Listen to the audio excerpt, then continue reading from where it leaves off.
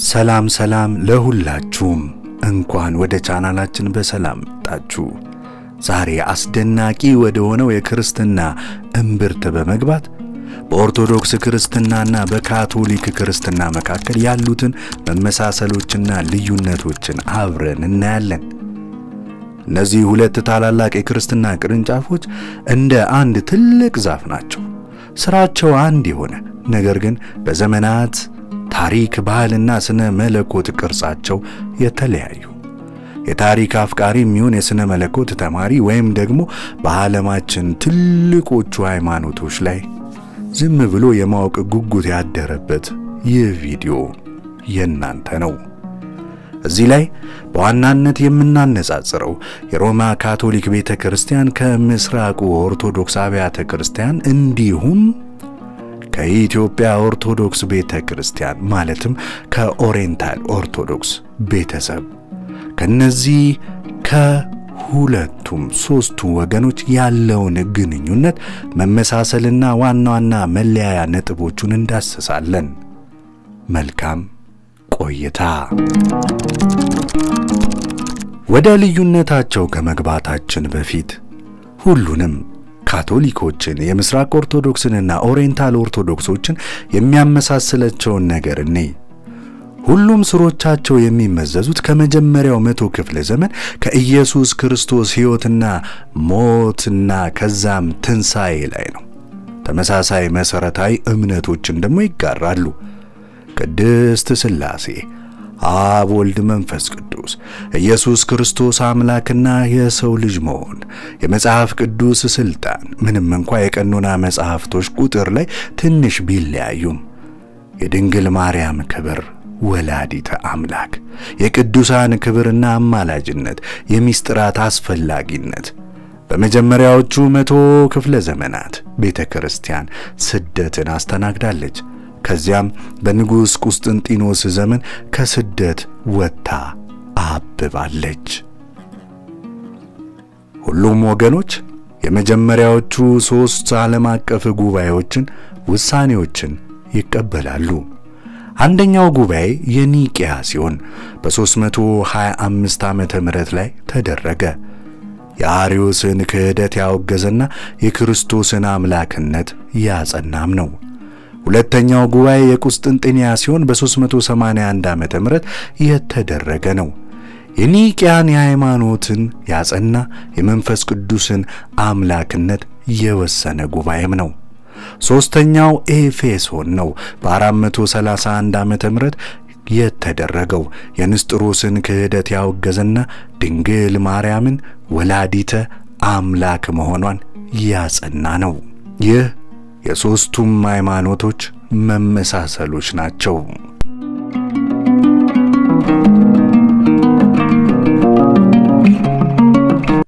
ነገር ግን በ451 ዓመተ ምህረት የተደረገው አራተኛው ጉባኤ ኬልቄዶን የክርስትናን ዓለም ለሁለት የከፈለ የመጀመሪያው ታላቅ መለያየት ምክንያትም ሆነ። በዚህ ጉባኤ ላይ በክርስቶስ ሁለት ባህሪያት መለኮታዊና ሰብአዊ አገላለጽ ላይ በተፈጠረ አለመግባባት የኦሪየንታል ኦርቶዶክስ አብያተ ክርስቲያናት ኢትዮጵያን ጨምሮ ያሉበት የጉባኤውን ውሳኔ አልተቀበሉም። ይህ ቅድመ ኬልቄዶን ወይም ኬልቄዶናዊ በመባል እንዲታወቁ አድርጓቸዋል። የምንመለከታቸው የካቶሊክና የምስራቅ ኦርቶዶክስ አብያተ ክርስቲያናት ግን የኬልቄዶንን ውሳኔ የተቀበሉት ናቸው። ስለዚህ የኦሪየንታል ኦርቶዶክስ መለያየት ከምስራቅ ኦርቶዶክስና ከካቶሊክ መለያየት ከ1054 ዓመተ ምህረት ከሆነው ማለት ነው የመጀመሪያውና ቀዳሚው ነው።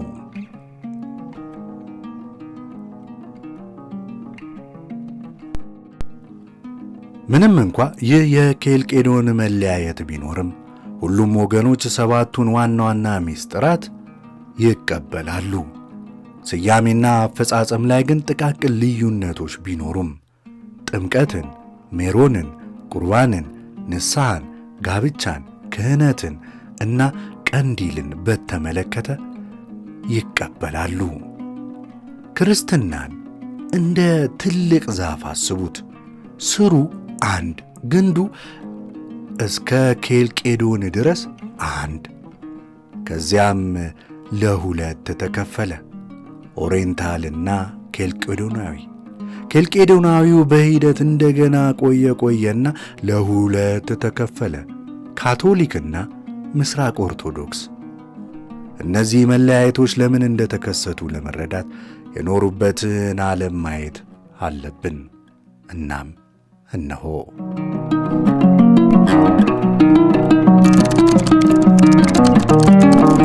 በክርስትና ውስጥ መለያየቶች በአንድ ጀንበር የመጡም አይደሉም። ቀስ በቀስ የተከሰቱ፣ በስነ መለኮት፣ በጂኦግራፊ፣ በፖለቲካ፣ በባህል፣ በቋንቋና በልዩ ልዩ ነገሮች የተነሳ የመጡም ናቸው። ቀደም ብለን እንዳየነው የመጀመሪያው ታላቅ መለያየት የተከሰተው በ451 ዓመተ ምህረት በኬልቄዶን ጉባኤ ላይ ነበር። ይህ ጉባኤ የክርስቶስን ሁለት ባህሪያት እንዴት መግለጽ እንዳለበት ለመወሰን የተደረገ ነበር። የኦሪየንታል ኦርቶዶክስ አብያተ ክርስቲያናት ኢትዮጵያን ጨምሮ ያሉበት ጉባኤው ያወጣውን የሁለት ባህሪን ቀመር የክርስቶስን አንድነት የሚከፍልና ወደ ንስጥሮስ ስህተት ያመራል ብለው ስላመኑበት አልተቀበሉትም። የኦሪየንታል አብያተ ክርስቲያናት የቅዱስ ቄርሎስን አንድ የተዋሃደ የመለኮት ቃል ባህሪ የመለኮት ቃል ባህሪ አገላለጽን ይመርጣሉ። ይህ የሥነ መለኮት ልዩነት እስከ ዛሬ ድረስ የኦሪየንታል ኦርቶዶክስን ከካቶሊክና ከምስራቅ ኦርቶዶክስ የሚለይ ዋነኛ መለያም ነው። ከኬልቄዶን ጉባኤ በኋላ የሮም ግዛት ወደ ምስራቅ ባዛንታይንና ወደ ምዕራብ መከፈሉ በኬልቄዶናውያን ወገኖች በኋላ ካቶሊክና ምስራቅ ኦርቶዶክስ በሆኑት መካከል ተጨማሪ የሆነ ልዩነቶችንም ፈጥሯል። ምዕራብ ማዕከሉ ሮም፣ ቋንቋው ላቲን፣ አስተዳደሩ ወደ ማዕከላዊ ሥልጣን የሮማው ጳጳስ ያደላ ነበር። ምስራቁ ማዕከሉ ቁስጥንጥንያ፣ ቋንቋው ግሪክ፣ አስተዳደሩ የክልሎችን ጉባኤ ወይም ካውንስል ነፃነትን ያከብር ነበርም። የቋንቋ ጋሬጣዎች ተፈጠሩ። የፖለቲካ ፉክክሮች ተባባሱ። የሥነ መለኮት ልዩነቶች በተለይ በምስራቅና በምዕራብ ኬልቄዶናውያን መካከል ቀስ በቀስ ማቆጥቆጥ ጀመረ። ለምሳሌ ፊልዮኪዌን በተመለከተ ያለው ውዝግብ ጨመረ። ስለ ፊልዮኪዌ ቀጥለን እናያለን። እነዚህ ነበሩ በምስራቅና በምዕራብ አብያተ ክርስቲያናት መካከል ያለውን ስንጥቅ እያሰፉ መጥተው እስከ መለያየት ያደረሱን። በ11ኛው ክፍለ ዘመን እነዚህ ውጥረቶች በምስራቅና በምዕራብ ሊፈነዱ ደርሰው ነበር። እናም ወደ 1054ቱ ዓመተ ምህረት እንሂድ። በምስራቅ ኦርቶዶክስና በካቶሊክ መካከል ሁለተኛውን ታላቅ የሆነ መለያየት ወዳስከተለው ዓመት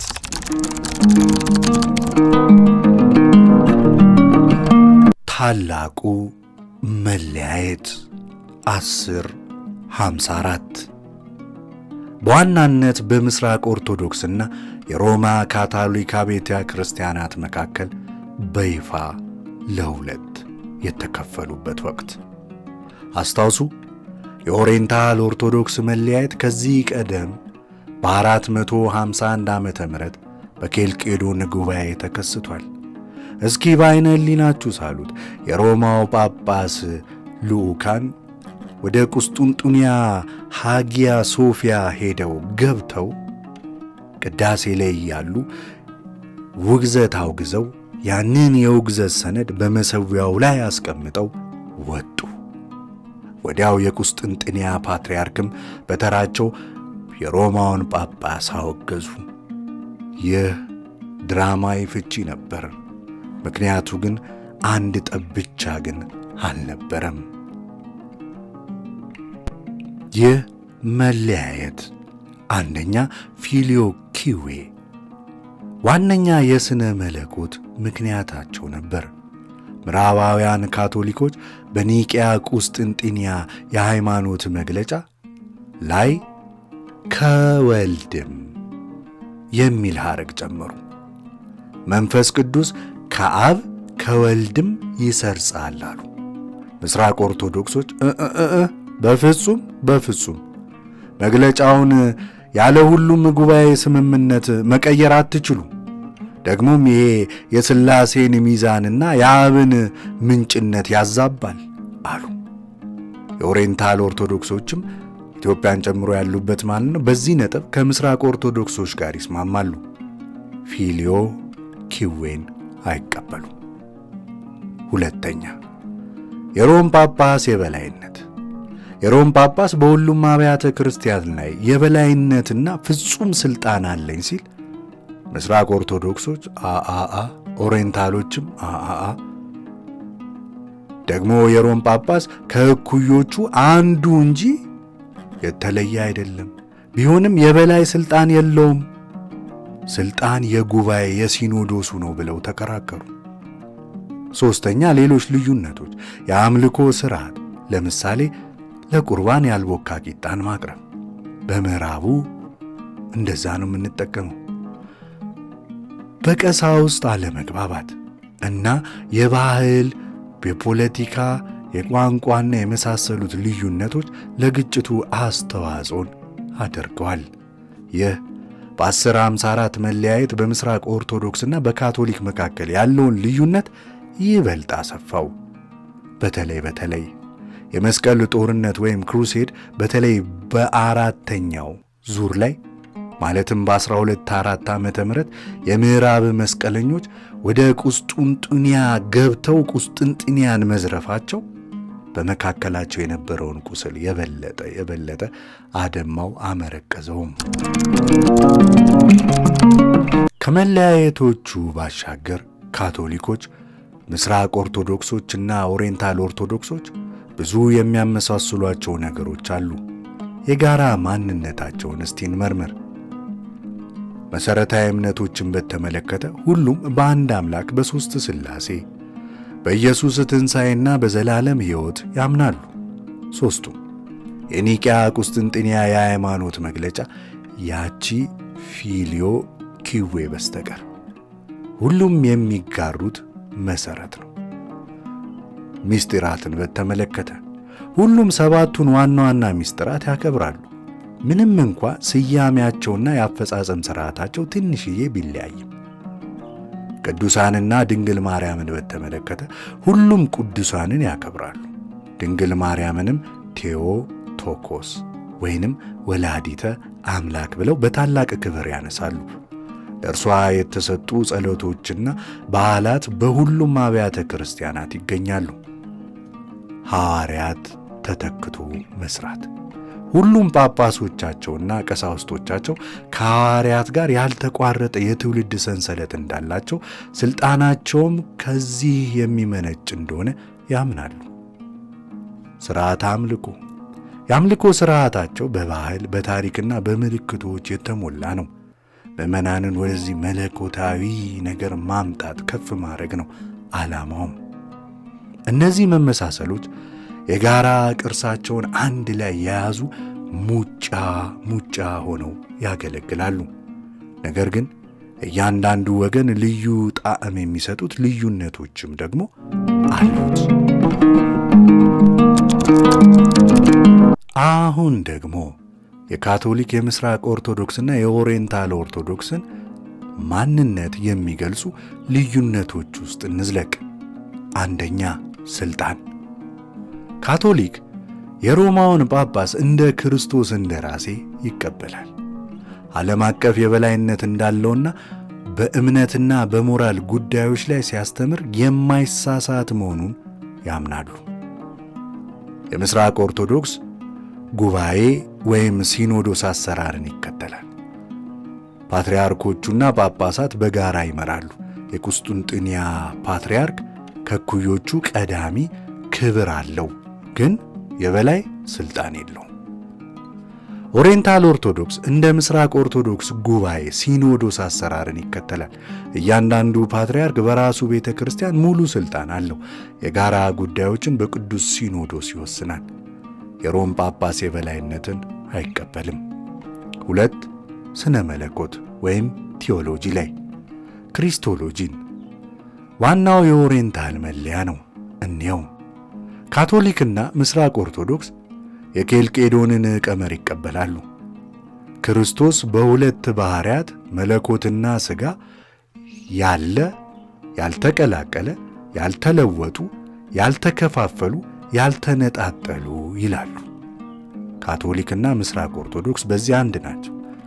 ኦሪየንታል ኦርቶዶክስ ኢትዮጵያ ያለችበት ግን የቅዱስ ቄርሎስን ቀመር ይከተላል።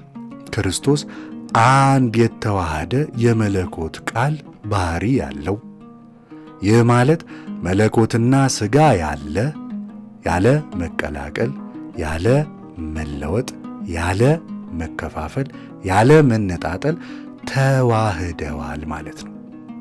ሁለት ባሕርያት ውስጥ ከማለት ይልቅ ከሁለት ባሕርያት የተገኘ አንድ የተዋህደ ባህሪ በማለት ያምናሉ።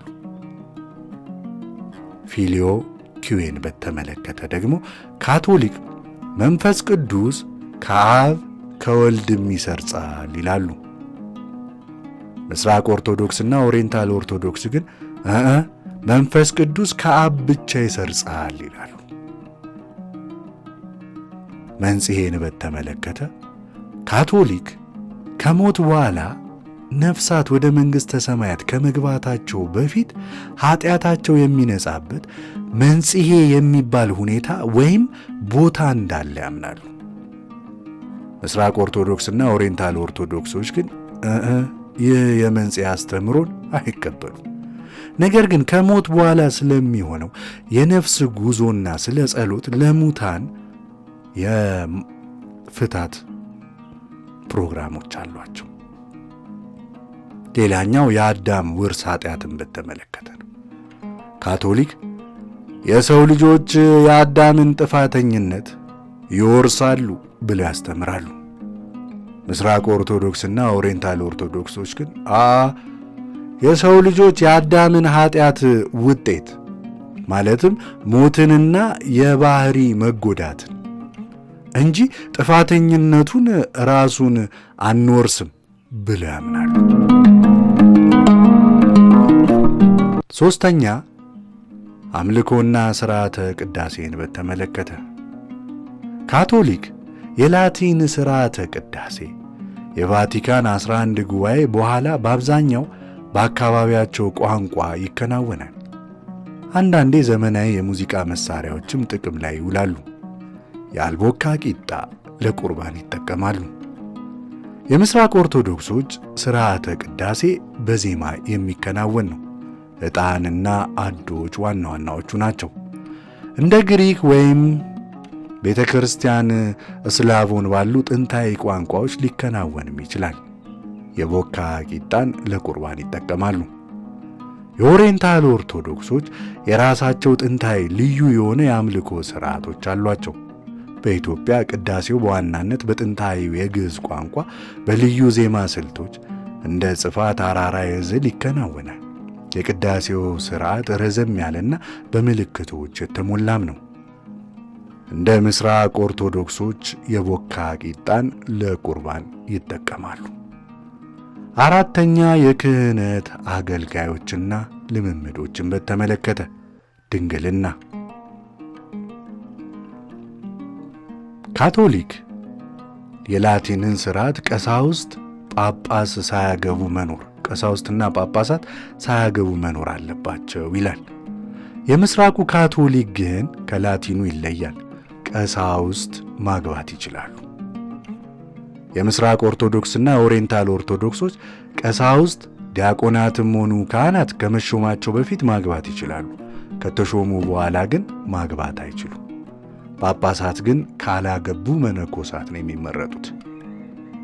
ጾምን በተመለከተ ካቶሊክ ጾም በዓመት ውስጥ የተወሰኑ ቀናት ለምሳሌ በአብይ ጾም እና አርብ ቀናት ስጋን አለመብላት ላይ ያተኩራል። አጠቃላይ ቀለል ያለም ነው። ምስራቅ ኦርቶዶክስ ጾም የበለጠ ጥብቅ ነው። ረዘም ያሉ የጾም ጊዜያቶችም አሉ። የሥጋና የወተት ተዋጽኦች መከልከልንም ያካትታል። የኦሪየንታል ኦርቶዶክስ ኢትዮጵያም ያለችበት ጾም እጅግ በጣም ጥብቅና በዓመት ውስጥ ብዙ ቀናት ከ180 እስከ 250 ቀናት ሊወስድ የሚችል ጾም ይካሄዳል። ከእንስሳት ተዋጽኦ ሥጋ፣ ወተት፣ ቅቤ፣ እንቁላል ሙሉ በሙሉ መከልከልን፣ አንዳንዴም በቀን አንድ ጊዜ ብቻ መመገብን ያካትታል። አምስተኛ ስነ ጥበብና ስነ ሕንፃን በተመለከተ ካቶሊክ ሐውልቶችን፣ እውነታዊ ስዕሎችን ሪያሊስቲክ ፔይንቲንግ የሚባሉት እና ጎቲክ ወይም ባሮክ ዲዛይኖችን በስፋት ይጠቀማሉ። ምስራቅ ኦርቶዶክስ በአዶች ወይም አይከንስ የተሞሉ ናቸው። ጠፍጣፋ፣ ምሳሌያዊ፣ ለማሰላሰል የሚጋብዙ ምስሎች፣ ኢኮኖስታሲስ፣ የአዶች ግድግዳ መቅደሱን ከምዕመናን ይለያሉ። ሐውልቶች ብዙም አይታዩም። ኦሪየንታል ኦርቶዶክስ እንደ ምስራቅ ኦርቶዶክሶች በአዶች ላይ ያተኩራሉ። ነገር ግን የራሳቸው ልዩ የሆነ የአሳሳል ስልትም አላቸው። የኢትዮጵያ ስዕሎች ብዙውን ጊዜ ደማማቅ ቀለሞችን፣ ትልልቅ አይኖችና ባለ ሁለት ገጽታ መልክ ያላቸው ሲሆን ከምስራቅ ኦርቶዶክስ ባዛንታይን ስልት የተለዩ ናቸው። ሐውልቶች ጥቅም ላይ አይውሉም።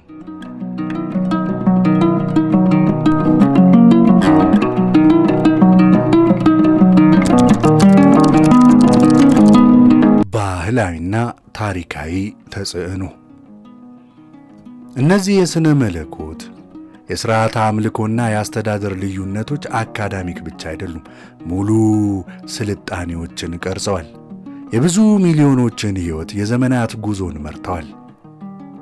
ካቶሊካዊነት ከ1.3 ቢሊዮን በላይ ተከታዮች ያሉ ሲሆን በላቲን አሜሪካ፣ በምዕራብና ደቡብ አውሮፓ፣ በፊሊፒንስና በአፍሪካ ክፍሎች ጠንካራ ተጽዕኖም አለው። በታሪክ ህዳሴን ወይም ሬኔሳንስን በማፋጠን በዓለም አቀፍ የሚስዮናዊነት ሥራም በማስፋፋትም ይታወቃል። ምስራቃዊ ኦርቶዶክሳዊነት ወደ 260 ሚሊዮን ተከታዮች ያሉ ሲሆን የሩሲያ፣ የግሪክ፣ የምስራቅ አውሮፓና የባልካን ሀገራት መንፈሳዊና ባህላዊ የልብ ትርታ ነው። የባዛንታይን ግዛት መንፈሳዊና ባህላዊ ቅርጾችን በመጠበቅ በተለይ በኦቶማን ግዛት ስር የማንነት መገለጫ ሆኖ በማገልገል ይታወቃል። ኦሪየንታል ኦርቶዶክስ በዓለም ዙሪያ ከ60 ሚሊዮን በላይ ተከታዮች አሉት። ዋነኛ ማዕከሎቹ ኢትዮጵያ፣ ግብፅ ኮፕቲክ ማለት ነው፣ አርመን፣ ሶሪያ፣ ህንድ ማላንካራ የሚባለው ህንድ እና ኤርትራ ናቸው። እነዚህ አብያተ ክርስቲያናት ከጥንት ጀምሮ የየሀገሮቻቸውን ልዩ ባህል፣ ቋንቋና ማንነት በመጠበቅ ረገድ ከፍተኛ ሚናን ተጫውተዋል። ለምሳሌ የኢትዮጵያ ኦርቶዶክስ ተዋሕዶ ቤተ ክርስቲያን የራሷን የግዕዝ ቋንቋ፣ ስነ ጽሑፍ፣ ዜማ፣ ስርዓት፣ አቆጣጠርና ስነ ሕንፃ ጠብቃ በማቆየት ለሀገራችን ልዩ ማንነት መሠረት ሆናለች። በአስቸጋሪ የታሪክ ጥፋት ጊዜያቶች ወቅት እንኳን የሀገርን አንድነትና ነፃነትን በመጠበቅ ረገድ ጉልህ ሚናን ተጫውታለች። በታሪክ ሦስቱም የክርስትና ቤተሰቦች የየራሳቸው አስተዋጽኦችና ፈተናዎችን አስተናግደዋል። ዛሬም ሁላቸውም በዘመናዊ ፈተናዎች እየገጠሟቸው ይገኛሉ። ዓለማዊነት በምዕራቡ ዓለም የተሰበሰበ ሰው ቁጥር መቀነስ፣ የግሎባላይዜሽን ተጽዕኖ መከሰት ግን ሁሉም በየራሳቸው መንገድ እየተላመዱ ችግሩንም ፌስ እያደረጉት እየመጡ ይገኛሉ። በቅርብ 10 ዓመታት በሦስቱ ወገኖች መካከል የጋራ መግባባትንና አንድነትን ለማምጣት የታለሙ የውህደት ጥረቶች ተጠናክረዋል። በካቶሊክና በምስራቅ ኦርቶዶክስ መካከል ውይይቶች፣ የእርቅ ምልክቶችም ታይተዋል። ለምሳሌ የ1054 ዓመተ ምሕረቱን ውግዘቶች እርስ በርስ ማንሳታቸው፣ የጳጳሳትና የፓትርያርኮች መገናኘትና መነጋገር፣ እንዲሁም በካቶሊክና በኦሪየንታል ኦርቶዶክስ መካከል እንዲሁም በምስራቅ ኦርቶዶክስና በኦሪየንታል ኦርቶዶክስ መካከል የሥነ መለኮት ውይይቶች ተካሂደዋል። በተለይም በክሪስቶሎጂ ልዩነት የኬልቄዶን ጉዳይ ላይ የጋራ መግባባት ላይ ለመድረስ ጥረቶች ተደርገዋል፣ እየተደረጉም ነው። መለያየቶቹ ጥልቅና የዘመናት ታሪክ ያላቸው ቢሆኑም እነዚህ ውይይትና መቀራረቦች ጥረቶች ተስፋ ሰጪዎች ናቸው። መንገዱ ረጅም ሊሆን ይችላል፣ ነገር ግን የክርስቶስን ቃል ዮሐንስ 17:21 ላይ ሁሉም አንድ እንዲሆኑ እንዲል ጸሎት ለማሳካት የሚደረገው ጥረትም ቀጥሏል።